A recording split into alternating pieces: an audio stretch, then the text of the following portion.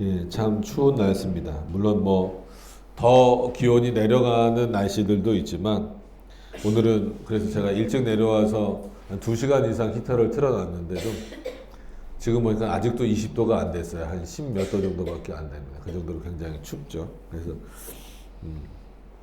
제가 군대 생활했던 곳은 그 철원인데 거기는 마이너스 27도예요. 그러니까 왜 마이너스 27도라고 거의 철원에 있는 분들이 공통적으로 얘기하냐면 그 수은 온도계 있죠. 수은 온도계로 잴 수 있는 마지노선이 마이너스 27도입니다. 그 밑으로 더 내려가면 그 수은이 터져버려요. 그래서 그때는 수은이 아닌 다른 온도계로 재야 됩니다. 그래서 다른 온도계로 재면 저희 이제 군부대에 있는 것처럼 이 뉴스에 보시면 뭐 철원 뭐 영하 17도 뭐 그러면 한 10도 정도 더 플러스 하시면 돼요. 거기 더 산속이니까. 그럼 영하 29도, 영하 30도 이렇게 나와요. 그럴 때 혹한기 훈련이라 그러죠. 혹한기 훈련 보통 뭐 2월 달에 나가긴 하지만 그때 나가면 더 산속으로 들어가요. 그럼 거기는 영하 35도, 40도입니다.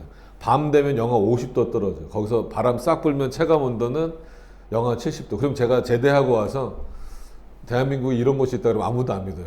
군대 갔다 온 사람들은 다 거짓말이라. 군대에서 다 자기 축구 잘했고 다 뭐 총 잘 쐈고 그랬다는데 아무도 안 믿는 거예요. 그냥 억울했죠. 억울하지만 여전히 대한민국에 그런 곳이 있습니다. 그래서 가끔 이제 대관령이나 이렇게 놀러 갔다 온 분들이 아 진짜 춥더라. 거기 가서 온도를 보니까 뭐 영하 27도, 28도 내려가는 보통이 아니더라. 하면서 아 전사님이 그때 이제 제대하고 바로였으니까 전사님 얘기가 맞더라. 그래서 아니 전도사가 거짓말 할까? 영하 30도 내려간다고 하면 믿으면 좀 믿어주면 되지. 그러니까 제가 오늘 이런 얘기를 시작한 거는 오늘 워낙 춥죠. 영하 뭐 14도, 15도 이렇게 내려가기도 하지만 그런 어떤 그 내용들을 확인하고 뭐 이제 그 여러 가지 과학이나 이런 게 발전하면서 인간이 굉장히 지혜롭고요. 인간이 만들어낸 문명들 또 문화들이 굉장히 또 우리를 윤택하게 하는 내용들이 있어요. 만약에 뭐 여기서 이제 좀 연세 드신 분들은 아시겠지만 예전에 겨울을 보내실 때 그래도 오늘은 이렇게 히터 틀어놓으니까 따뜻하잖아요. 이런 히터가 어디 있습니까? 제가 초등학교 때만 해도 이렇게 탄 떼거나 석탄 떼거나 아니면 학생들 보러 나무 해오라 그랬어요. 이러면 엄청 나이가 들어 보이는데 그러지 않고 나무를 해와서 그 나무를 이렇게 난로에 넣어가지고 난로라고 부르지도 않았죠. 난로라고 불렀나? 하여튼 거기다 넣어가지고 이렇게 태웠던 시기였는데 그런데 지금은 얼마나 좋아요. 그래서 참 뭐 어저께인가 그저께는 우리나라 이제 우주선 쏜 게 이제 달도 거의 다 도착을 하고 이런 시대에 살고 있습니다. 그러니까 인간의 어떤 능력이 정말 아주 극대화되고 있는 거예요. 물론 그것 때문에 뭐 온실가스 나오고 그래서 뭐 지구가 이렇게 힘들어지고 뭐 이런 어떤 부정적인 부분들도 있지만 인간이 참 스스로를 높이기 좋고 굉장히 모든 것으로부터 독립적으로 살기 좋아하는 어떤 그런 시대가 점점 되고 있어요. 예전에도 마찬가지입니다. 그러니까 어느 시대나 마찬가지였어요. 창조 이래, 그러니까는 하나님이 이 세상을 창조하신 그 모든 일에 보면 다 자신을 어떤 방식으로든 높이려고 합니다. 왕은 왕의 위치에서. 심지어 선지자도 하나님의 말씀을 전하는 자로 겸손하게 있어야 되는데 거짓 선지자들 뭐 이런 내용들을 보면 어떻습니까? 자기 배만 불린다 그랬잖아요. 그리고 하나님의 말씀보다 자기 생각을 더 이렇게 높이고 또 이제 민수기 통해서 우리가 그 레위 지파에 대해서 읽었지만 레위 지파는 하나님이 다른 어떤 지역을 주시진 않았잖아요. 각 그 지파들마다 이렇게 레위 지파에게 주는 어떤 그런 내용들이 있었는데 왜 그렇게 하셨냐면 하나님이 레위 지파를 구별하셔서 성전을 지키고 성막을 지키는 어떤 또 제사장의 직분을 맡는 역할로 하셨잖아요. 그러니까 레위 사람들은 그런 생각을 갖는 거예요. 아, 우리가 이스라엘 지파 중에서도 저 뭐 10지파, 11지파보다 우리가 좀 뛰어난가 보다. 뭐 나머지 지파들 있잖아요. 뭐 베냐민 지파들고 여러 지파들이 있는데 그 지파들보다 우리 레위 지파가 좀 더 뛰어난가 보다. 그러니까 하나님이 우리를 성전을 맡은 자들로 세우셨구나. 이게 이제 교만의 모습으로 가는 거예요. 근데 하나님이 늘 다른 지파에게는 레위 지파가 살 수 있도록 땅도 제공하고 집도 제공하고 먹을 것도 제공하라고 하시면서도 정작 레위 지파를 향하여서는 내가 너희를 택한 것은 너희가 이스라엘 중에서 여러 다른 지파 중에서 뛰어난 게 아니라는 거예요. 그러니까 그거를 인식하고 아 우리가 하나님으로부터 이 성전을 맡은 자로 선택받은 것은 우리가 뛰어나기 때문이 아니라 하나님이 우리를 그냥 택하신 거구나. 여기에 머무르는 레위 지파는 제사장 역할을 잘 하는 거예요. 근데 그것이 아니고 나는 이스라엘 중에서도 또 뛰어나. 그러니까 레위 지파가 된 거야. 이런 마음을 갖고 있는 제사장들은 어때요? 자기 배만 그때도 불리는 거예요. 자기 재산을 더 부리려고 하고 나머지 지파가 정당하게 주는 것 이상으로 더 많은 것을 요구하는 거죠. 더 내놔. 내가 너희를 위해서 맨날 제사 드려주잖아. 내가 너희를 위해서 맨날 기도해 주잖아. 그럼 너희는 나에게 더 줘야 돼. 하나님이 분명히 오늘 민수기 읽으셨잖아요. 이 지파는 요만큼 주고 요 지파는 요만큼 주고. 그리고 큰 내용으로 보면 한마디로 부유한 지파에게는 좀 많이 걷고 좀 어려운 지파에게는 좀 적게 거더라. 이렇게 해서 레위 지파가 살아갈 수 있도록 해라. 이 하나님 정하신 방법이란 말이에요. 근데 자꾸 그걸 뛰어넘어요. 누가 뛰어넘어요? 레위 지파 스스로가 뛰어넘으려고 하는 거예요. 왜? 자기 안에서 정당성을 찾는 거예요. 우린 너네랑 달라. 같은 이스라엘 민족이어도 너네랑 다르고 너희를 위해서 내가 이 정도 하니까 나한테 더 많은 걸 줘야 돼. 그러니까 지금 어떻게 보면은 목회자들도 그런 유혹에 많이 빠질 수 있어요. 여러분, 제가 목사로 여기 앞에 서 있는 것은 여러분들보다 뭐가 더 뛰어나서가 아니에요. 계속 말씀드리지만 하나님 앞에서는 저도 여러분도 하나님의 놀라운 은혜가 필요한, 그리고 그 하나님의 은혜가 없이는 살아갈 수 없는 그런 존재로 있는 겁니다. 연약하고 부족한 존재로 있는 겁니다. 단지 교회의 질서를 위해서 하나님께서 말씀을 맡은 자로 세워주셨고, 또 말씀을 전할 수 있는 권한, 그리고 성찬을 행할 수 있는 권한, 그리고 축도할 수 있는 권한, 이런 것들을 교회의 질서에 따라서 주신 것뿐이죠.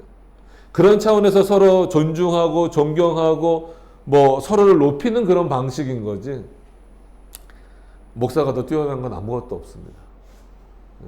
좀 그런 사고에서 한국교회가 좀 벗어나야 될 때가 됐어요. 그러니까 레위 지파가 그렇게 벗어나지 못할 때 늘 그러니까 이스라엘이 부패했고, 선지자들이 그런 모습에서 벗어나지 못할 때 이스라엘이 부패했던 것처럼 지금도 마찬가지입니다.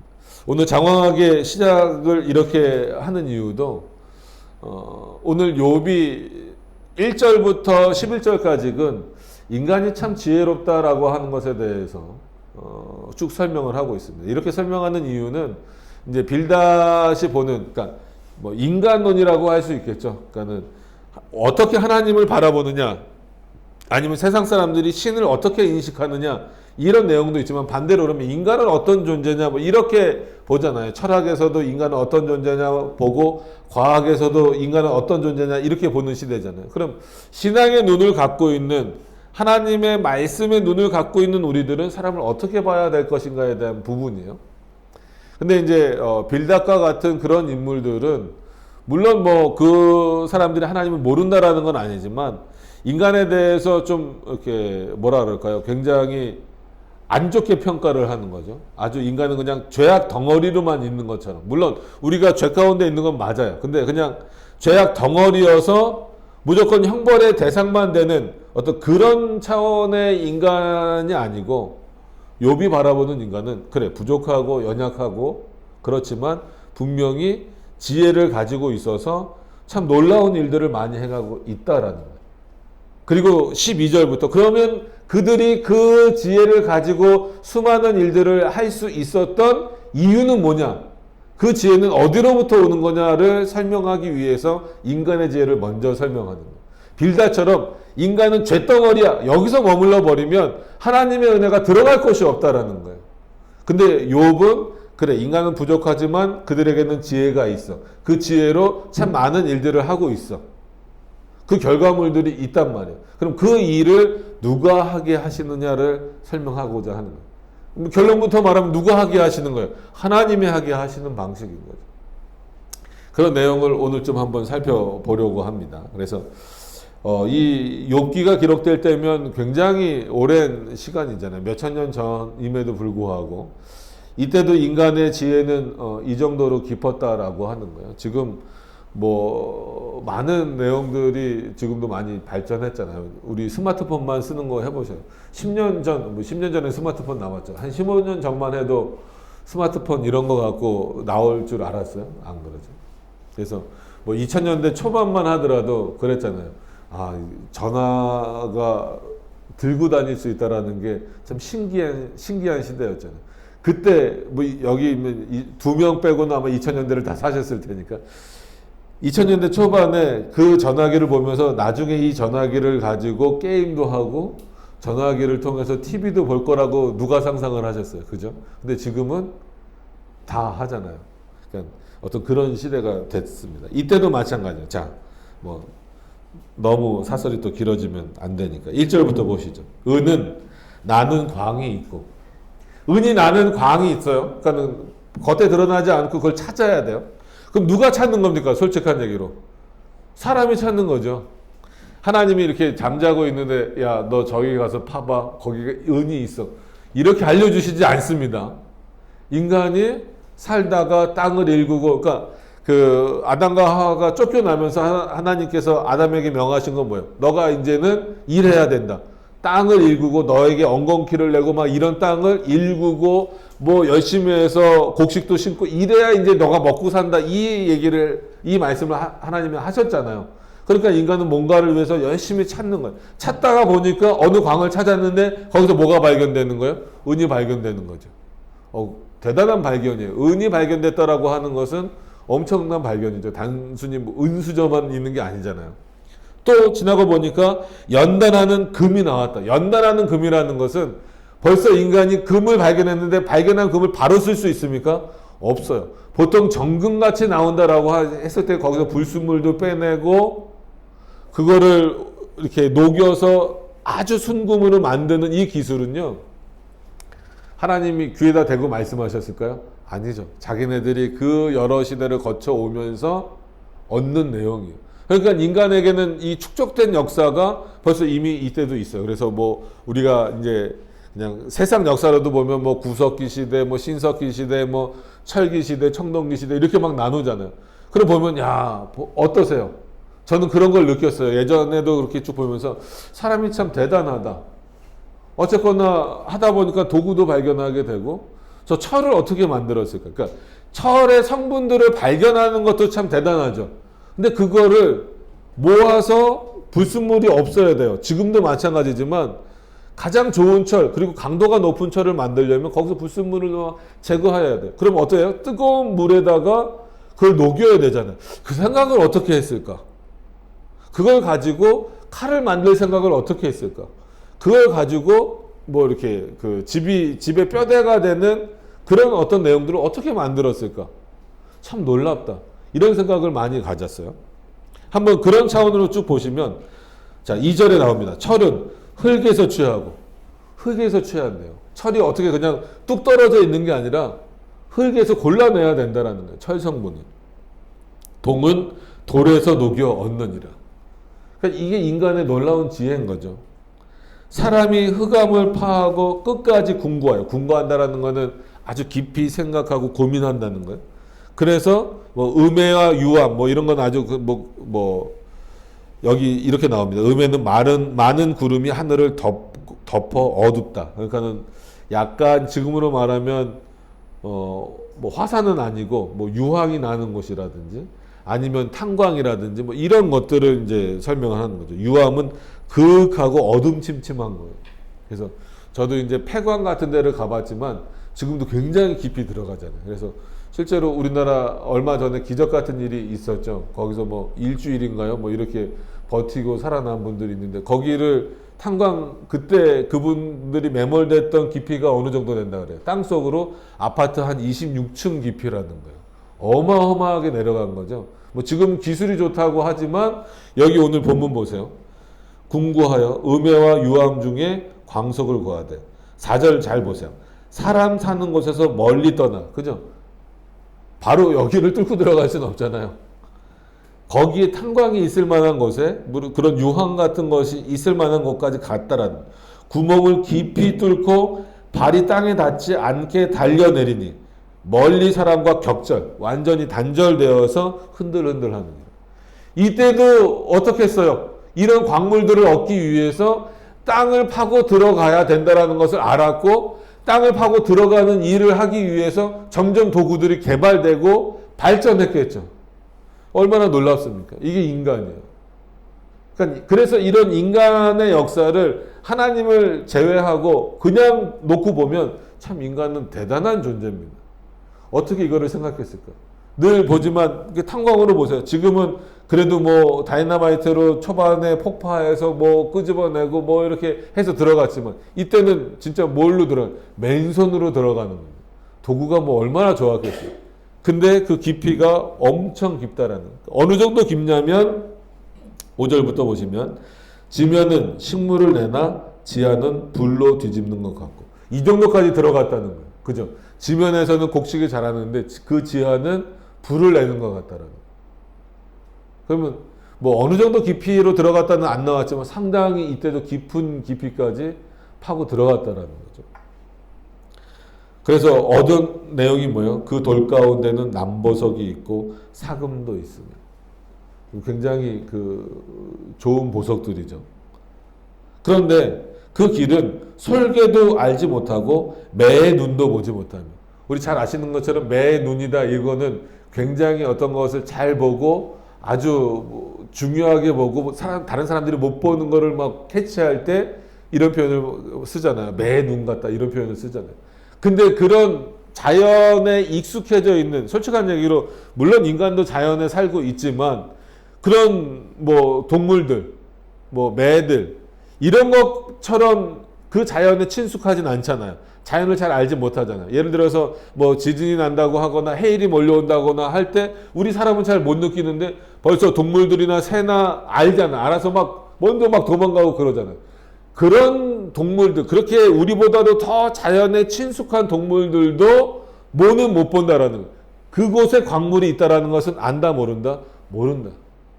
근데 인간은 알고 파고 들어가서 거기서 그 귀한 내용들을 끄집어 내온다라는 거예요. 그러면 이것만 보더라도 솔개나 매보다 누가 더 훌륭하고 뛰어난 존재라는 거예요? 사람이 그런 존재라는 거예요. 8절에도 위험스러운 짐승도 밟지 못하였고, 그죠? 가다가 혹시 빠질 수는 있어도 본인들이 찾지 못하겠죠. 사나운 사자도 그리로 지나가지 못하였느니라. 거기 갈 생각이 없죠. 사자들이 거기 가서 보석이나 철 얻어서 뭐예요? 지금 사자에게 제일 필요한 건 뭡니까? 사냥감이죠. 그러니까 자기가 원하는 것에 머물러 있는 거예요. 근데 사람은 그 원하는 것이 끝이 없기 때문에 이런 내용들을 파내는 거죠. 여러분 어떻게 보면은 이 욥기 시대부터 이런 일들, 이런 발전들이 없으면 지금은 우리는 아직도 마치 우리가 동물 같다면 여전히 우리 뭐 하고 있어요? 이 추위를 이런 따뜻한 공간이 아니고 따뜻한 옷이 아니고 추위에 떨어야 되겠죠. 근데 이때부터 이런 어떤 내용들을 파내기 시작하는 거예요. 참 지혜롭죠. 놀랍죠. 사람이 굳은 바위에 손을 대고 산을 뿌리까지 무너뜨리면, 그죠? 사람들은 못하는 게 없습니다. 여러분 그 뭐 이집트 피라미드 한번 보세요. 얼마나 대단한, 그때 뭐 굴착기가 있어요. 뭐 포크레인이 있어요. 포크레인이나 굴착기가 있어도 지금 그거 제대로 하겠어요? 중국의 저 만리장성 같은 거 보세요. 뭐 우리나라도 뭐 만리장성 정도는 안 되지만 성들 있잖아요. 그 뭐 수원성도 있고 뭐 이런 데 한번 가서 보세요. 야, 이때 어떻게 이런 돌들을 옮겨서 졌을까? 대단하죠. 그건 어떤 존재가 할 수 있겠어요? 사람 아니면 못합니다. 그러니까 사람이 굳은 바위에 손을 대고 산을 뿌리까지 무너뜨리며 돌 가운데로 도랑을 파서 각종 보물을 눈으로 발견하고, 그죠? 논밭을 할 때 그 논밭에 물을 댈 때 물론 하나님이 주시는 비로도 해결이 되겠지만 그걸로 다 해결이 안 되잖아요. 그럼 뭐 할 줄 안다라는 거예요. 물 길을 낼 줄 알고 물을 모을 줄 안다라는 거죠. 모아져 있는 물을 흘러보내게 할 수도 있고 참 지혜로운 거죠. 그죠? 그게 지금 기계나 이런 걸로 바뀌었을 뿐이지 방식은 언제 발견된 거예요? 이때 발견된 거나 똑같죠. 어떻게 보면 욥기 이렇게 기록되어 있다라는 것은 욥기 이전부터 사람들은 그렇게 할 줄 알았다라는 거예요. 아, 공작물을 기르려면 그냥 심으면 되는 게 아니라 여기다 물을 줘야 되는데 하늘에서 비가 오기만 기다릴 수는 없고 뭘 해야 된다? 그럼 물 있는 그 주변에서 물을 끌어올 수 있는 방법. 지금처럼 뭐 양수기 이런 게 없으니까 그럼 물기를 내야 되겠구나. 참 지혜롭지 않아요? 그게 어떻게 보면 지금도 똑같은 사고잖아요. 그게 좀 현대화되고 좀 더 기계를 많이 사용하고 과학적으로 바뀌었을 뿐이지 기초적인 이론은 똑같은 거란 말이에요. 또 11절에 시냇물을 막아 스미지 않게 하고. 지금은 간척 이런 거를 뭐 기계로 하고 막 하지만 지금도 어렵잖아요. 그죠? 근데 이때 어떻게 시냇물을 막겠어요? 여름에 이렇게 물놀이나 이런 거 개울가로 한번 가서 보시면 애들 장난하고 그럴 때 저희도 그럴 때 막 큰 돌 같은 걸로 물길 한번 돌려보려고 하는데 그게 잘 됩니까? 잘 안 되죠. 근데 인간은 이렇게 한다는 거예요. 여러 사람들이 모여서.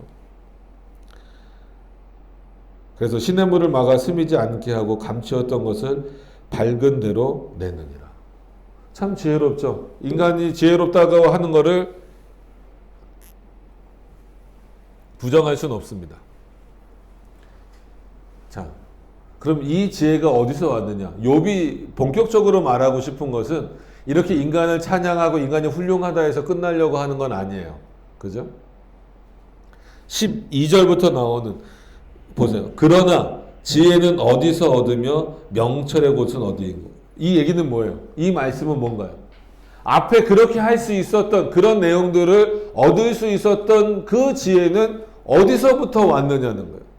너희 인간 속에서 스스로 만들어진 거냐? 우리 인간 속에서 스스로 만들어진 거냐? 아니면 어디로부터, 누구로부터 주어진 것이냐? 예를 들면 매주 저희 둘째가 등장을 해서 죄송하지만 가끔 물어봐요. 아빠, 자동차는 하나님이 만드신 거지? 그래서 참 대답하기 애매해요. 여러분들 어떻게 대답하시겠어요?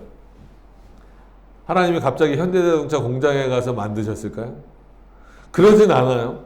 근데 뭐 좀 약간 비약이 있긴 하겠지만 궁극적으로 따지고 보면 자동차를 하나님이 만드셨다라고 하는 것을 또 부정하기도 어려워요. 우리 입장에서는. 왜 그런지는 말씀을 안 드려도 알 겁니다. 그러니까 자동차를 만들기 위해서 수많은 그런 어떤 뭐 철부터 해서 그런 재료들 그리고 그런 기술들 인간의 역사를 통해서 축적되어 온 그런 내용들 이런 내용들을 가지고 만드는 게 자동차잖아요. 그럼 하나님이 사람에게 설계도면을 주신 적도 없고요. 어떤 것도 주신 적이 없습니다. 그럼에도 불구하고 그런 내용들을 발견하게 하시고 또 그런 내용들을 만들어 가는 과정 가운데 그들의 머릿속에 그러니까 꼭 택자들이다라고만 말할 수는 없어요. 모든 인간들에게 그런 지혜와 지식을 주실 수 있는 분은 누구라는 거예요? 하나님이시라는 거예요. 그래서 하나님이 자동차를 만들었다 이렇게 말할 수는 없지만 이 자동차라고 하는 것이 나오기까지 그 모든 역사가 하나님의 역사로부터 떨어질 수 없다라고 하는 것은 사실인 거죠. 그러니까 그리스도인들은 이 부분을 분명히 인식할 수 있어야 된다라는 거예요.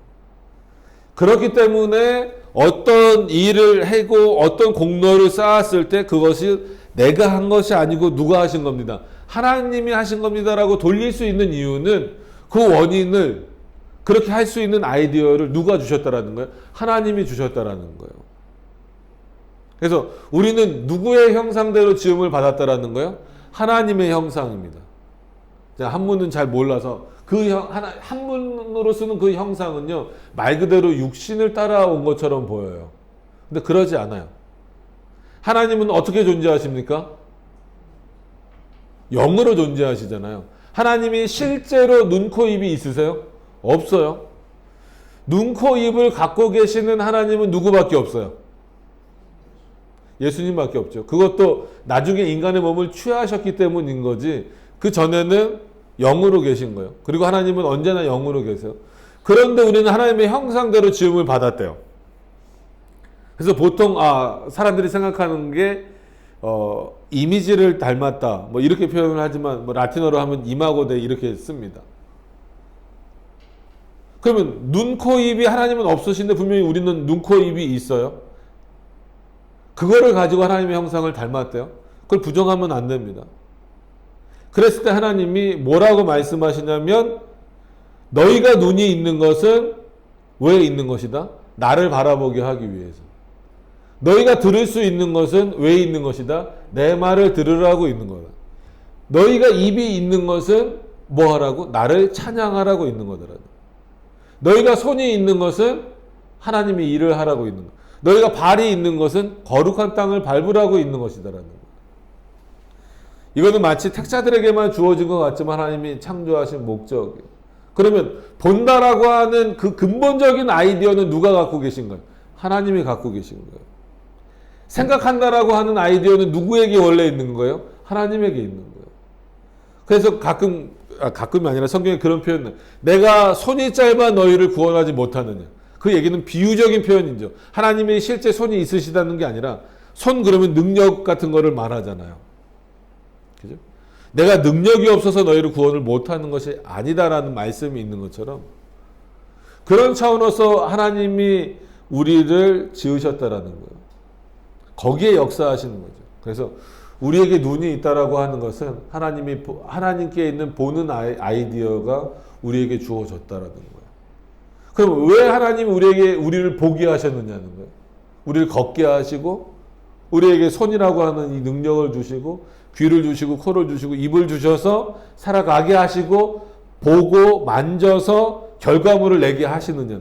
그 보고 만지는 과정 가운데 누가 역사하시는 거예요? 하나님이 역사하시는 거예요. 그래서 인간의 마음은 인간의 의지는 하나님이 역사하시는 통로다 이렇게 칼빈도 표현하기도 했습니다. 그래서 보통 이제 자유의지나 이런 거를 표현할 때 인간의 의지는 하나님이 은혜를 주시는 수단이다 이렇게 표현을 하기도 하죠. 근데 의지뿐만이 아니라 우리의 모든 이 감각들 그리고 우리의 육신들 이런 것들은 하나님이 역사하시는 수단이에요. 그 수단이 하나님으로부터 왔다라고 하는 것을 인식하는 것이 굉장히 중요하다라는 거예요. 근데 그런 인식이 과연 얼마나 그런 내용들을 가지고 사느냐가 이제 중요한 거죠. 히타가 네 앞으로 바로 가니까 그냥 졸려 죽겠지. 꺼도 돼요.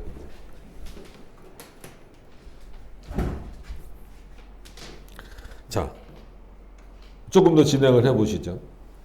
12절에 그러나 지혜는 어디서 얻으며 명철의 곳은 어디인가? 그럼 너희가 참 지혜롭다. 일단은 높여주는 거예요. 그래, 참 인간 지혜롭다. 명철하다. 근데 그게 어디로부터 왔느냐? 13절에 그 값을 사람이 알지 못하나니. 욥이 참 잘 표현했어요. 그러니까 지혜의 값이 얼마냐? 너희가 이렇게 귀한 것들을 발견하고 가치 있는 내용들을 쏟아내는 그 값어치가 과연 어디 있느냐? 사람 사는 땅에서 찾을 수 없다라는 거예요. 아무리 이 땅에서 지혜를 찾으려고 지혜의 근원을 찾으려고 하고 명철의 근원을 찾으려고 해도 됩니까? 안 됩니까? 안 된다라는 거예요. 그러니까 철학자들도 뭐 안 되잖아요. 과학자들도 안 되고요. 과학자들이 겨이 발견한 게 사람이 죽으면 뭐 의학자들과 마찬가지로 어떤 정보 형태로 있다. 뭐 이 정도 남는 거예요.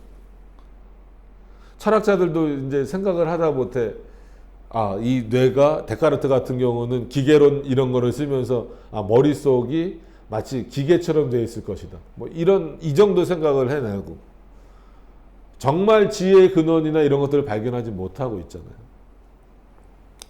14절에 깊은 물이 이르기를 내 속에 있지 아니하다 하며 바다가 이르기를 나와 함께 있지 아니하다 하는. 그럼 깊은 물 속에 그 심연 속에 들어가면 지혜가 어디 있는지 알겠느냐. 또 하늘이나 이런 데 가면 그 지혜가 어디 있는지 알 수 있느냐. 모르죠. 저번에 말씀드린 것처럼 이 세상의 창조는 창조하신 하나님이 드러나지 않는 방식이요. 아무리 깊은 뭐 바다나 넓은 우주나 이런 데 가더라도 하나님이 발견되지 않아요. 그러나 그의 역사는 곳곳에서 발견될 수밖에 없도록 하셨어요. 우리 마음속에서도 이 세상에서도 이 자연에서도 어떤 우리의 사상 가운데에서도 다 창조주가 발견되도록 하시는 방식이라는 거죠. 정금으로도 바꿀 수 없고 은을 달아도 그 값을 당치 못한다. 그 정도로 귀하다라는 거예요.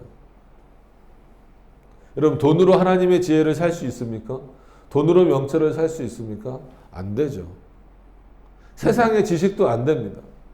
영어 단어를 뭐 돈 내고 살 수 있어요? 안 되죠. 수학 공식을 뭐 금으로 살 수 있어요? 안 되죠. 세상의 지식도 안 됩니다. 그 값어치를 매길 수가 없어요. 근데 하물며 이 세상을 창조하신 가장 지혜로우시고 그만이 지혜로우신 그 하나님의 지혜를, 그리고 그의 명철을 돈으로 매길 수 있냐라는 거예요. 근데 인간의 교만함은 마치 돈으로 살 수 있다라는, 그 얘기는 바꿔 말하면 내 지혜가 하나님의 지혜보다 더 뛰어나다라고 생각하는 거예요. 더 가치 있다라고 생각하는 거예요. 그러니까 그때부터는 보이는 것만 믿는 거예요. 인간 안에서 증명되는 것만 믿는 거예요. 인간이 얼마나 한심하고 굉장히 좁은 존재입니까?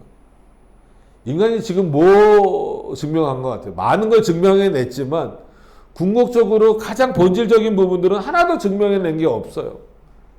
근데 나는 보여지지 않으면 못 믿는다. 그래서 제일 미련한 표현은요, 하나님이 안 보이니까 안 믿겠다라는 거예요. 그럼 우리는 믿지 못할 게 굉장히 많습니다. 여러분, 공기가 보입니까? 안 보이잖아요. 공기 하나도 못 보면서, 그런데 공기 없이는 못 살잖아요. 그런 인간이 하나님이 눈에 보이시지 않는다고 못 믿는다? 오히려 눈에 안 보이기 때문에 전 더 잘 믿어져요. 눈에 보이는 하나님들, 그죠? 다 이단이죠. 우리나라에 그 예전에 봤던 통계요. 한 20년 전에 어디서더라? 이단 백성가 뭐 이런 거를 이렇게 출판한 적이 있어요. 그래서 그거를 지금은 제가 버렸나 뭐 어디다 뒀나 잘 모르겠는데, 그 책에 보니까 그 당시로 우리나라의 자칭, 우리나라에만 예수가 166명이 있대요. 놀랍죠? 자칭 예수. 그죠? 예수님은 한 분밖에 안 계신데, 자칭 예수가 20년 전에 166명이니까 제가 보기엔 아마 줄어들진 않을 것 같아요. 그 사람들이 죽어도 또 나오죠. 더 나오면 더 나오지 줄어들진 않을 것 같아요. 그러니까 인간의 참 미련한 게 아니죠. 교만함은 거기까지 가는 거예요. 그러니까 뭐 기독교라고 하는 곳에서는, 그건 기독교도 아니지만 교회를 흉내내는 곳에서는 마치 자기가 하나님보다 뛰어나다라고 말하고 있고, 세상은 하나님 없이 하나님으로부터 늘 독립하려고 하잖아요. 과학자들 보세요. 신의 영역을 늘 부정하려고 하죠. 철학자들 보세요. 그 철학으로서 하나님을 다 없애려고 하잖아요. 그것이 실제로 어디로부터 왔다라는 걸 모르기 때문에, 하나님으로부터 왔다라는 걸 모르기 때문에, 그 가치가 얼마나 귀중한 것인지를 모르기 때문에. 16절에도 보세요. 오빌의 금이나, 그래서 이 오빌이 어딜까? 분명히 지역 이름인데 이게 어떤 지역일까 찾아봤더니 어떤 지역인 것 같아요? 가장 순도가 높은 금이 나오는 지역이래요. 물론 지금은 이제 또 다른 곳일 수도 있겠지만, 그래서 지금 지형으로는 이제 아라비아 반도 쪽이요. 그러니까는 완전히 중동도 아니고 아프리카도 아니고 그 이제 언저리, 아라비아 반도 대충 어딘지 아시죠? 터키 뒤쪽으로 이렇게 돌아가면서 이제 그 지역을 말하는 거니까. 이때 당시로만 하더라도 거기서 가장 순도 높은 금이 나왔다라는 거죠. 그러니까 그런 오빌의 금이나 귀한 수마노나, 그러니까 수마노도 맨 처음에는 지역 이름인가 해서 찾아봤더니 그건 아니고 보석 이름이에요. 여러분들이 뭐 남자들은 별로 좋아할지 안 좋아할지 모르겠지만 루비래요. 루비. 실제로 본 적이 없어요. 저는 사진으로만 봤지. 저기 이제 비싸고 뭐 그런 거겠죠. 그러니까 그런 어떤 수마노나 남보석으로도 그 값을 당치 못할 것이다.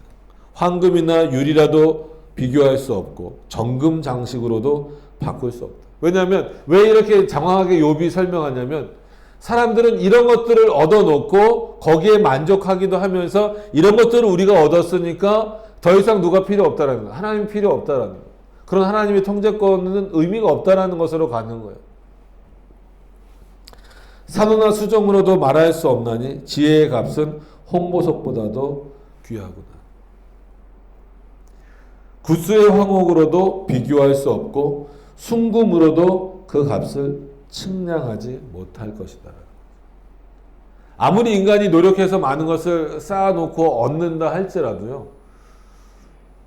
하나님이 주시는 것, 그리고 하나님 자신과 비교해서 뭔가 더 뛰어날 수는 없다라는 거죠. 근데 이게 얼마만큼 우리 안에 인정되느냐가 어떤 그 믿음의 내용 중에 하나입니다. 잘 인정이 안 되는 경우가 많죠. 뭔가 더 내가 한 게 뛰어나 보이고, 아니면 그 내가 한 것이 그대로 인정받아지기를 원하는 거예요. 물론 세상에서는 인정해줘야죠. 그죠? 훌륭한 어떤 것들을 뭐 새로운 것을 발견하고 뭐 이랬을 때 인정을 해주고 그 사람의 공로로 돌릴 수는 있지만, 궁극적으로는 그 모든 것들이 하나님 앞에서 자랑거리가 되거나 하나님을 뛰어넘거나 이렇게 할 수는 없어요. 신앙의 문제에 있어서는 더욱이나 마찬가지로 인간은 아무것도 할 수 없다는 거죠. 인간은 아무것도 할 수 없다라고 하는 것을 받아들이기가 어려운 거는요, 이런 결과물들이 있기 때문에요. 이런 훌륭한 결과물들이 있기 때문에요. 지금 여러분들이 사용하고 있는 신고 있는 신발, 여기 보니까 다 좋아요. 나이키, 아디다스, 프로스펙스, 또 뉴발란스. 저희 어렸을 때는요, 저는 그래도 어렸을 때는 좀 부유하게 자랐어요. 저희 동네에서 나이키는 저만 신었어요. 월드컵이 있었고요. 프로 월드컵이 있었어요. 프로 월드컵을 신어야 진짜 월드컵이거든요. 월드컵은 한마디로 짝퉁은 아니어도 이렇게 저가죠. 프로스펙스가 있었고 그냥 스펙스가 있었어요. 스펙스도 애들 신으면 되게 좋아했어요. 근데 저는 프로스펙스 신고 다녔어요. 어떻게 삶이 이렇게 올라가야 되는데 이렇게 내려오고 있는 느낌이 좀 들긴 하지만, 얼마나 좋아. 이런 결과물들이 있잖아요. 여러분 자동차도 보세요. 얼마나 발전이 많이 됐어요. 요번에 이제 그랜저가 7세대가 나왔어요.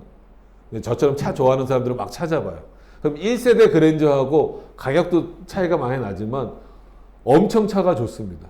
그러니까 우리나라 힘들고 어렵다는데 11만 명이 계약했대요. 금리 올라서 취소했다고 하는데도 여전히 10만 명가량이 밀려 있어요. 여기서 그랜저 사실 분들이 있으신가요? 네. 그러니까 얼마나 좋습니까? 요즘에 예전에 다 이렇게 수동이었는데 기아도 자동으로 되어 있고요.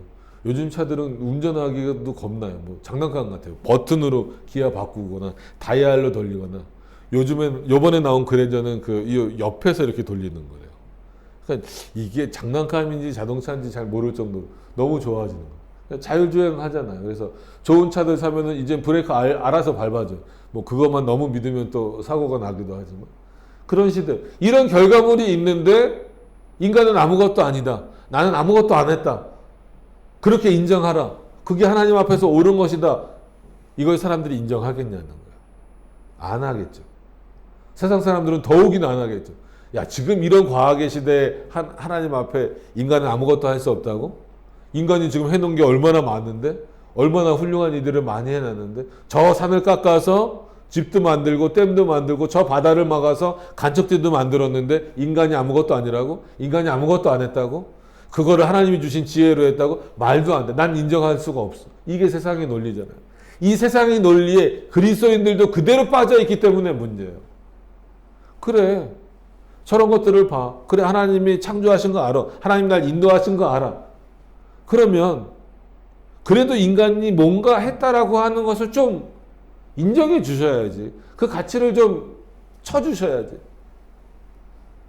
우린 여전히 거기에 머물러 있어요. 하나님이 우리 칭찬해 주시잖아요. 잘했다라고 해주시고 그 너의 일이라고 해주셔요.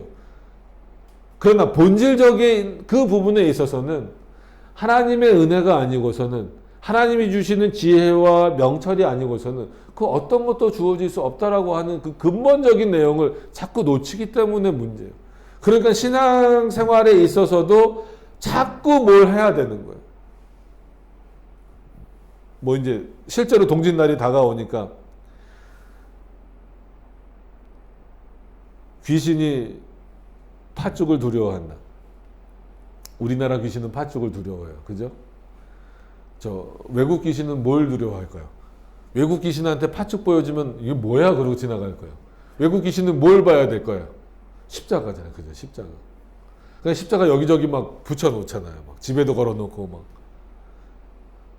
아니면 또 뭐 우리나라 귀신은 또 뭐 안 좋아해요? 마늘 같은 거 안 좋아하잖아요. 마늘 집에다 막 걸어놓고. 그죠? 우리나라 단군 신화에도, 단군이 귀신은 아니지만 단군 신화에도 곰이죠. 곰이 뭐 먹고 사람이 됐다 그래요? 마늘 먹고. 그러니까 인간의 이 미련함이 거기까지 나가는 거예요. 그럼 귀신은요 어떤 존재입니까? 영적인 존재잖아요. 십자가 두려워합니까? 안 두려워요. 십자가 아무리 집에다가 붙여놓는다고 해도 그거는 부적 붙여놓는 거랑 똑같아요. 팥을 뿌려놓는다고 해도 귀신은 하나도 안 두려워요. 귀신이 실제로 두려워하는 건 뭐예요? 귀신도 하나님을 두려워해요. 근데 사람은 그 귀신을 두려워하고 있어요. 정말 두려워해야 될 대상이 누굽니까? 하나님이신 거예요. 가장 지혜로우시고 우리에게 명철을 주시는 그 하나님. 여러분, 그리스도인들은 귀신을 두려워하면 안 됩니다. 무서워할 이유도 없어요. 왜? 물론 귀신이 우리보다 능력이 많죠.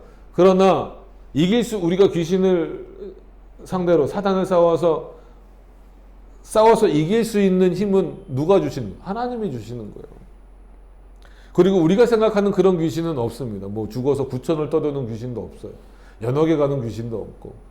저기 뭐 귀신론 하는 데서 그 얘기 하잖아요. 성경을 그렇게 문자적으로 자기네들 마음대로 뭐 강건하면 70이라 80이라 그래서 뭐 고마만큼 못 살고 죽으면 그때까지 어딜 떠돈다는 거예요. 귀신처럼 떠돈다는 거예요. 그러니까 뭐 요즘에 뭐 수리남이나 이런 거 보면은 영화 드라마나 이런 거 보면 사탄 들려서 우리 지금 둘째 고개가 넘어가도록 자잖아요. 그럼 저걸 뭐라 그래요? 졸음 귀신이라 그러는. 저게 지금 졸음 귀신 들린 겁니까? 아니에요. 졸린 거예요. 따뜻하잖아요. 그럼 여기서 반은 졸음 귀신 들린 거예요. 감기 걸리면 감기 귀신 들렸대요. 미치고 환장하긴. 그럼 바이러스예요, 바이러스. 코로나 귀신이라 그러죠.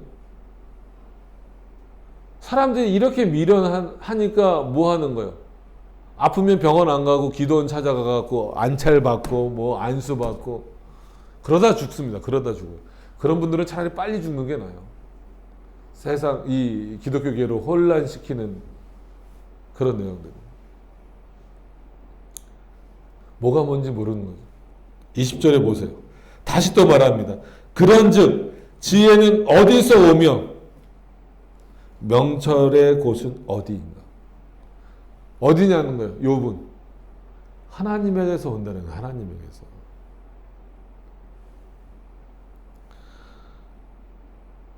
그래서 그나마 욥이 친구들보다 낫다는 것은 그래도 욥은 여기서 머물러 있는 거예요. 때로는 자기가 힘들고 어려우니까 하나님을 원망하기도 하고 뭐 그렇게 하지만 궁극적으로는 욥은 어디로 돌아갑니까? 그래도 하나님께로 돌아가잖아요. 모든 생물의 눈에 숨겨졌고 공중의 새에게 가려졌으며, 그렇죠? 하나님이 역사하고 있지만 이렇게 가려져 있어서 실제로 못 보고 있지. 그 공중의 새도 결국은 누구의 역사 안에서 움직이고 있다라는 거예요. 하나님의 역사 안에서 움직이고 있다라는 거예요. 22절에 멸망과 사망도 이르기를 우리가 귀로 그 소문을 들었다 하느니라. 그죠? 멸망의 일, 사망의 일 다 다가오고 있지만 궁극적으로 언제 우리가 죽을지 언제 그런 일들이 일어날지 몰라요. 그런 하나님의 역사 안에서 일어나는 일이에요. 그것조차 우리는 알지 못합니다. 그러나 하나님이 그 길을 깨달으시면 그때 깨달으신다는 게 아니죠. 이미 알고 계시는 거죠. 이미 정하신 거죠. 창세전에 뭐 하신 겁니까? 작정하신 거죠. 그 작정하신 것을 우리는 알지 못합니다. 우리에게 감춰 놓으셨어요. 그러나 그 역사를 하나님은 전적으로 행하십니다. 그래서 우리에게는 우연이 있습니까? 없습니까? 있죠. 당연히 우리는 우연히 일어나는 일들이 있어요. 길 가다가 우연히 누구 만났네? 생각지도 못하게 이런 일이 있었네? 하나님에게는 우연이 있습니까? 없습니까? 하나님에게는 우연이 없어요. 하나님은 자신이 정하신 일을 필연적으로 하시는 분이에요. 그게 우리에게 우연히 일어나도록 하시는 거죠. 그래서 아하방이죠. 아하방이 자기를 노린다라는 걸 알고 전쟁에 나갈 때, 틀리면 말씀해 주세요. 아하방이로 알고 있는데, 전쟁에 나갈 때 그 병사랑 어떻게 해요? 옷을 갈아입고 나가죠. 맞죠? 제가 잘못 얘기하는 거 아니죠? 왜? 그런 한반도로 첩보를 입수한 거잖아요. 아, 나를 노리고 있구나. 당연히 뭐 전쟁에서 왕을 노리지만 특히나 이번 전쟁에서는 나를 노리고 있구나. 그래서 자기가 살려고 누구랑 옷을 바꿔 입고 나가요? 병사랑 옷을 바꿔 입고 나가요. 그런데 상대가 전쟁하다가 보면 당연히 그 상대도 왕을 목표로 삼고 있을 거 아니에요. 근데 왕만 목표로 삼으려면 그 왕만 향해서 쏠 수는 없잖아요. 그 주변에 있는 병사를 어떻게 해야 돼요? 죽여야 되죠. 성경에 분명히 뭐라고 나왔냐면 우연히 활을 당겼는데 누가 맞았어요? 아하방이 맞았어요. 아하방은 안 죽으려고 나를 죽이려고 한다라는 것을 듣고 안 죽으려고 옷까지 바꿔 입고 전쟁터에 나갔는데 아하방 입장에서는 진짜 어떻게 맞은 거예요? 우연히 맞은 거죠. 어쩌다 맞은 거죠. 근데 하나님은 어떻게 하신 거예요? 그 전에 하나님이 뭐라고 하셨어요? 내가 너를 이번 전쟁에서 죽이겠다라는 거예요. 여러분, 하나님에게는 우연이 없어요. 인간에게 왜 우연이 있습니까? 그만큼 알고 있는 범위가 적다라는 거예요. 누구에 비해서? 하나님에 비해서. 근데 그런 인간이 감히 하나님 앞에 무슨 말을 자꾸 내려고 하냐는 거예요. 왜 하나님보다 뛰어나지려고 하고 그 하나님으로부터 당연히 하나님으로부터 인정받는 신앙을 가지셔야 돼요. 근데 왜 공로로서 인정을 받으시려고 하냐는 거예요. 이거 내가 이만큼 했으니까 이만큼 주세요라고 어떻게 할 수 있냐라는 거예요. 하나님이 그거를 너가 한 일이다. 참 귀한 일이다. 내가 너를 칭찬해 줄게 하면 감사해 받으시면 되는 거지. 왜 내가 이렇게 했는데 내가 이런 결과물을 냈는데 칭찬을 안 해주십니까? 왜 보상을 안 해주십니까? 라고 말하는 것은요. 그 일을 하게 하신 지혜와 명철을 주신 하나님이 누구신지 모르는 거예요. 하나님은 그냥 저기 계시고 뒷짐지고 바라보고 계시고 내가 어떡하나 바라보고 계시고 내가 갖고 있는 지혜와 명철로 했으니까 하나님 이거 보시고 나 상 주세요. 나 인정해 주세요. 이거밖에 안 되는 거예요. 그렇죠. 내가 하나님 앞에 선한 것을 내려고 늘 애쓰셔야 돼요. 저도 그렇고 여러분들도 그렇고 하나님 앞에서 선한 것을 내기 위해서 애쓰셔야 돼요.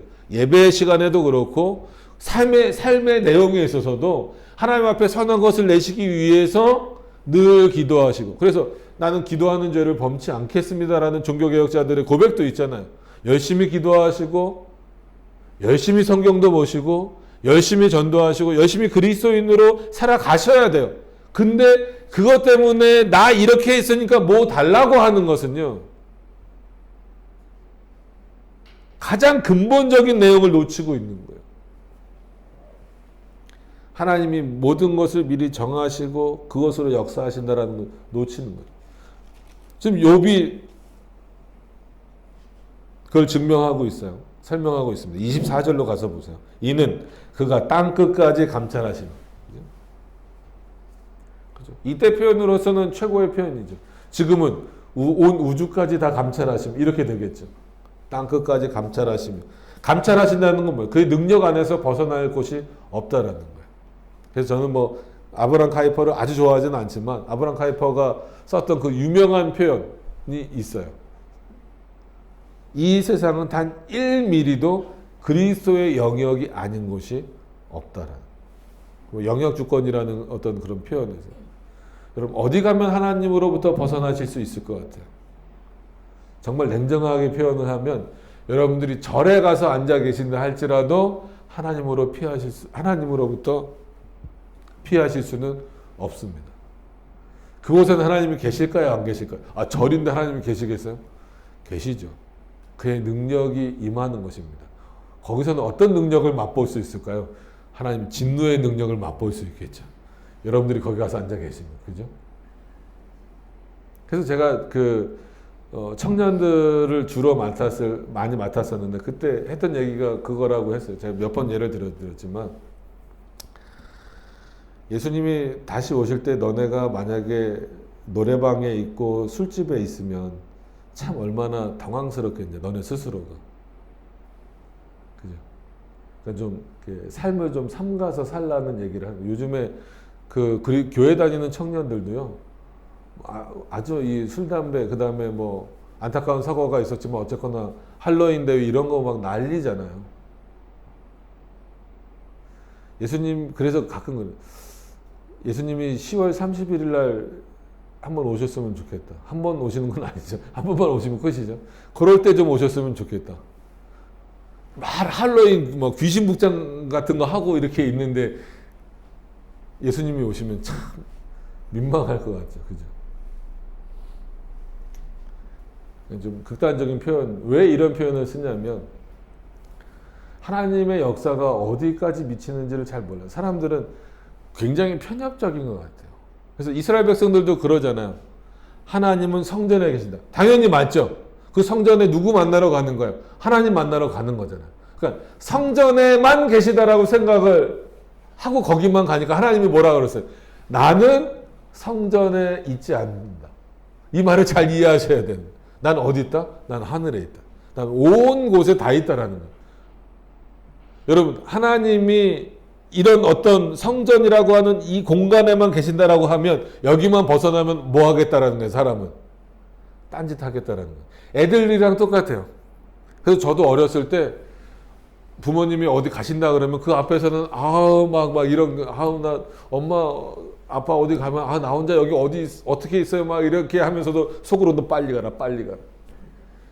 그래서 다녀오세요 하고 문 닫는 순간부터는 어떤 세상이에요? 내 세상이죠.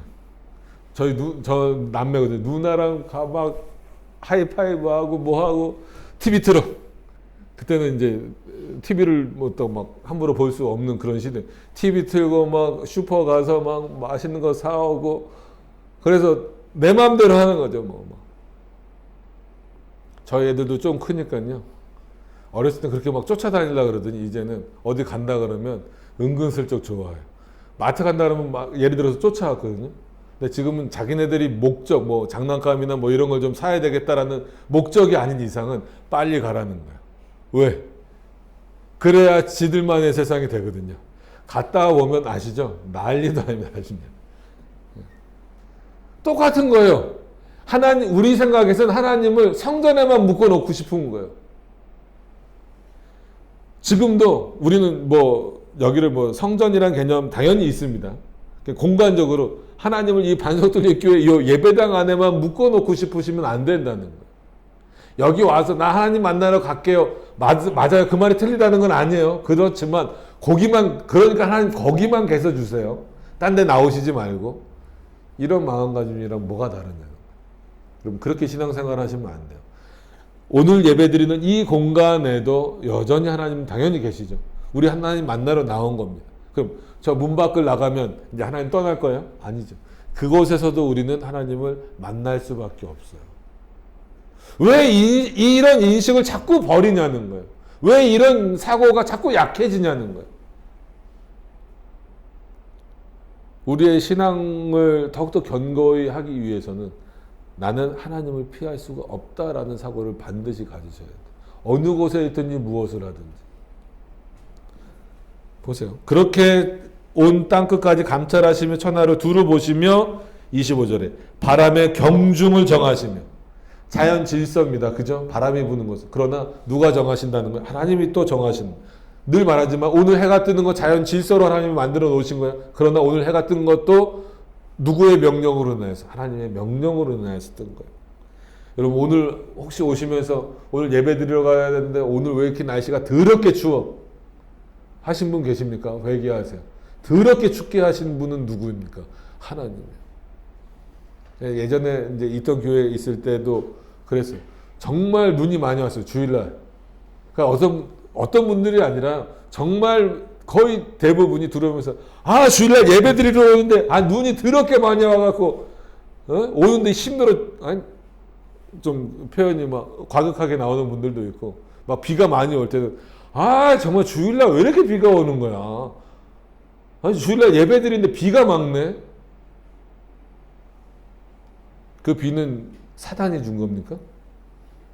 저희 외할머니는 비가 용이 준다고 그랬어요.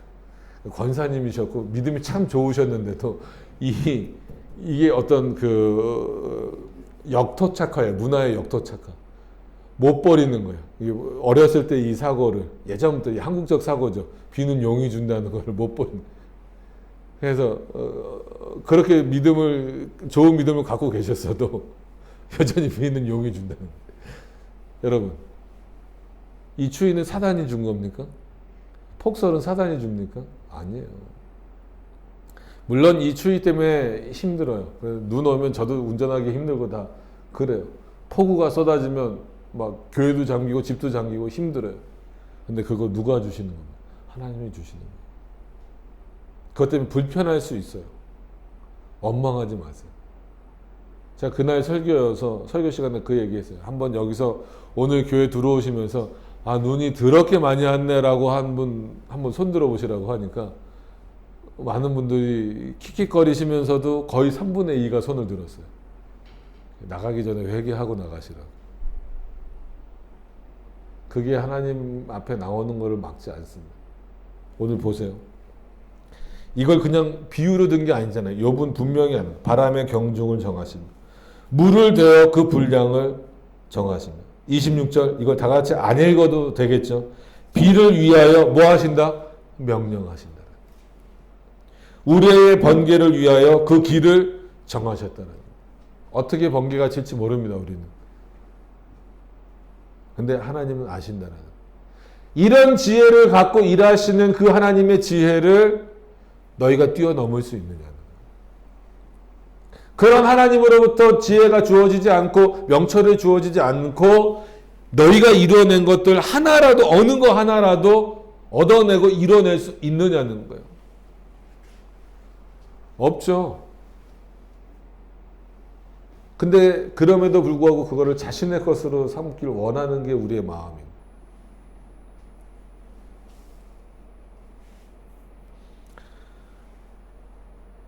오늘 점심 카레입니다. 집사람도 저한테 입맛을 맞추고 저도 집사람 입맛에 맞춰서 팔불주처럼 들릴지 모르지만 저는 이 세상에서 저희 집사람이 한 카레가 제일 맛있어요. 왜냐하면 삶은 당근이 안 들어갔거든요. 저는 삶은 당근 안 먹습니다. 삶은 당근, 제가 음식을 판단하는 기준은 삶은 당근이 들어갔느냐 안 들어갔느냐. 삶은 당근이 안 들어갔으면 그건 맛있는 음식이고 삶은 당근이 들어갔으면 아무리 2+ 한우로 만들었다고 하더라도 그거는 맛없는 음식이에요. 근데 저희 집 카레에서는 절대로 당근이 들어가지 않습니다. 최고의 카레입니다.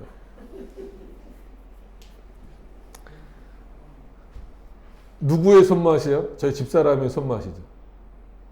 레시피 뭐 보고 했을 수도 있어요. 남편의 의견을 들었을 수도 있어요. 근데 이 모든 과정 가운데 가장 근본적인 지혜는 어디로부터 온다라는 거예요? 하나님으로부터 온다는 거예요. 그렇다고 이따가 올라가셔서 이 카레는 하나님이 만드셨어 이렇게 말씀하시면 안 돼요. 비유로 들어드리는 거예요. 이런 어떤 내용들은 분명 사람이 하는 게 맞아요. 그러나 그 궁극적인 아주 그 근원적인 내용은 누구로부터 주어질 수밖에 없다라는 거예요. 하나님으로부터 주어질 수밖에 없다라는 거예요. 여러분 이 인식이 정말 여러분 놓치지 않으셨으면 좋겠어요. 욥도 이렇게 말하면서 자꾸 놓쳐. 이렇게 말한 욥도 그러니까 베드로랑 똑같은 거예요. 베드로가 예수 그리스도를 향해서 고백할 때 뭐라고 고백합니까? 정말 멋지잖아요. 여러분 그 고백은요 지금도 항상 하셔야 돼요. 주는 그리스도시요 살아계신 하나님이시니. 그죠? 정말 이건 멋진 고백이고 정말 중요한 고백이에요. 근데 그렇게 고백했던 베드로가 어떻게 해요?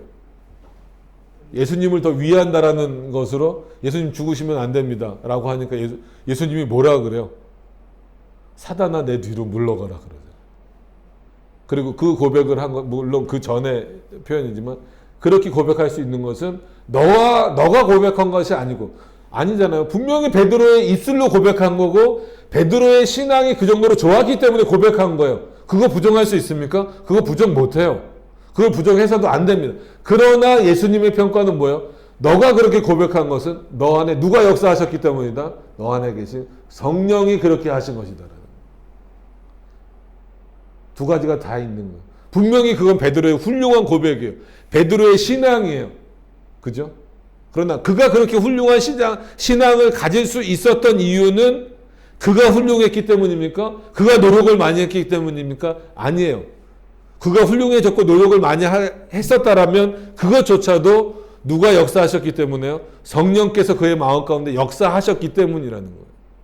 그렇기 때문에 그가 그런 고백을 할 수 있는 거예요. 그럼에도 불구하고 그의 연약함에 따라서 그리스도의 죽음을 막으려고 했었던 것은 누구의 일이라는 거예요? 사단의 일이기 때문에 베드로에게 그렇게 강하게 어떻게 보면 자신이 가장 사랑하시는 어떻게 인간적으로 좀 표현이 죄송합니다.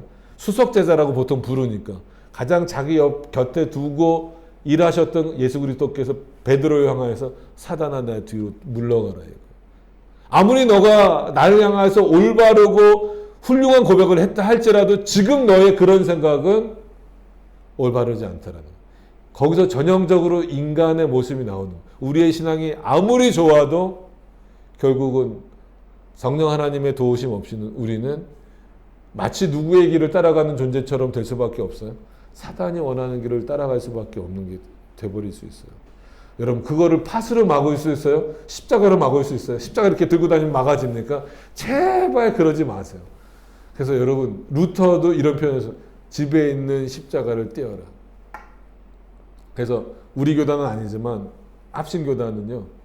교단 자체에서 교회에 십자가 띠라고 나왔어요. 근데 합신교회들 왜 십자가 있는지 아세요? 교단에선 띠라 그랬는데 총회에서 띠라고 결의가 됐는데 못 띠는 거예요. 왜냐면 저희도 십자가 없으니까 지나가시는 분들이 뭐 이 교회는 십자가도 없어. 이단이야? 이렇게 되어버린 거예요. 인식이 벌써 그렇게 굳어졌기 때문에 그런 거예요. 근데 합신교단에서는 십자가 붙여놓으면 안 돼요. 그래서 제가 2년 동안 합신교단에서 사역했는데 그 교회에서 노회를 하게 됐어요. 그러니까 목사님이 막 그러면서 본당을 올라가세요. 저희를 데리고 그러더니 그 뒤에 이제 십자가 저거 빨리 띄워야 돼. 왜냐하면 합신은 그 본당에 십자가가 있으면 안 됩니다. 왜냐하면 노예 목사님들이 다 오잖아요. 그럼 그거 누가 시비에 걸면 그 교회는 그 치리 받아요. 노예에서 치리 받아요. 십자가가 걸려 있으면. 그래서 그 십자가 이거 어디다 둘까? 창고에 갖다 둬. 평상시에는 그 십자가를 설교하실 때 십자가 밑에 와서 기도하라고 했는데 그 급한 순간에는 그 십자가가 갈 곳은 어디예요? 창고예요. 참 인간이 그래요. 이게 우리 주변에 많습니다. 이런 예들 들면 밤새야 됩니다. 그리고 다시 그 노예 끝나고 나서는 그 십자가는 어디 있었던 건데 방금 전까지 막 갈 곳이 없어서 창고에 막 박아놨던 건데 다시 여기 걸리면서 어떤 십자가가 되는 거예요? 거룩한 십자가, 능력의 십자가가 되는 거예요.